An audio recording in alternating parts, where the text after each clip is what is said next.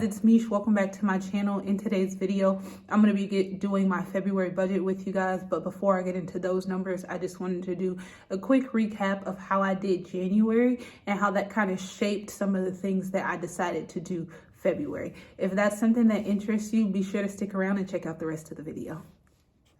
So what did work for me for my January budget / the things that I was able to accomplish: one, I was able to pay off my washer and dryer, and two, I paid off the remaining balance on my cell phone. So that took my smaller debt balance from $6,375 down to $4,216.68. I was also able to reach my account minimum on my One Nevada savings account, which is just $1,000. So those are the things that I was able to accomplish from that. Things that I went outside of my budget on were my food budget, and then some unexpected self-care expenses, and then I was unable to complete my account minimum on my U.S. banking checking account.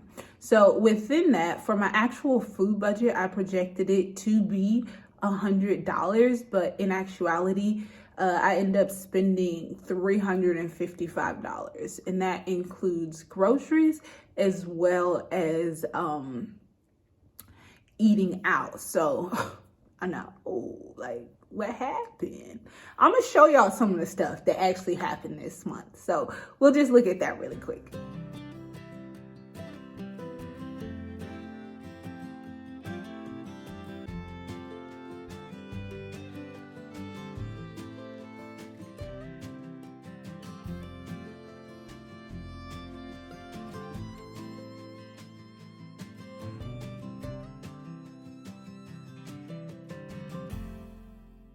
So two more areas. One, as I said, was my personal expenses. I projected it to be $150 when in actuality I ended up spending $395. And the reason that I went over in that particular category was because I didn't decide, but I had ran out of some of my staple skincare products that I needed to re-up on. In addition, I also decided to try some new products, some facial washing products. So self-care is one of those areas where I don't mind spending a little bit of extra money to have my skin looking a certain type of way. And right now I'm in a bit of a struggle boat. I have some blemishes from some blackheads, from some pimples that happen. So I'm just trying to make sure that I have the things that I know works well for me.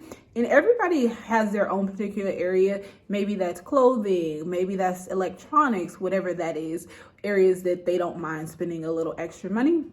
And then the third area, just to be mindful for myself, was gas. I projected that I would spend $120 this month on gas, and it ended up being $165. I mean, not that big of a difference, $45. However, I can't control the gas prices, because if I did, I would go back to the days where gas was like $1.29 a gallon. But instead, it's like $3 and $4. But I digress. So moving on to my February budget, the first thing that I actually want to start off with is my financial goals. I have 3 for this month. The first one is to open up a Roth IRA.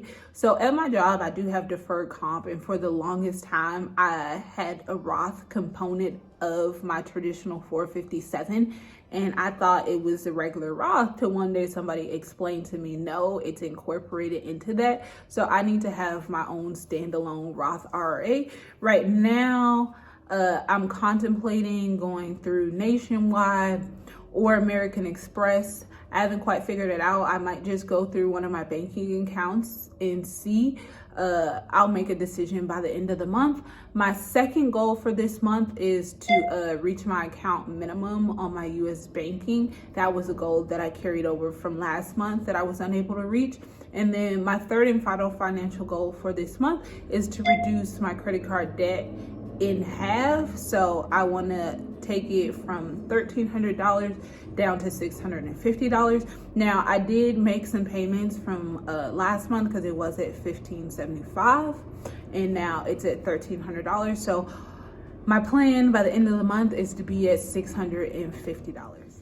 So you guys, moving on to my actual expenses, I'm just gonna have those listed right here on the screen. You know, I have my mortgage, my gym, my utilities. I'm deciding to make changes in those areas that I went a little over budget last month on. So my groceries, I'm gonna up that to $200 this month.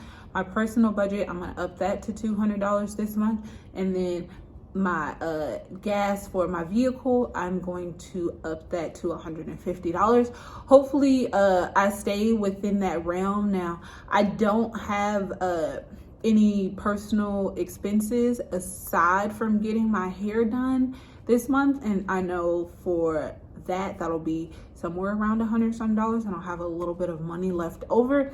And I believe for my groceries, $50 a week will be suitable within that particular area. So you can see everything listed on the side here.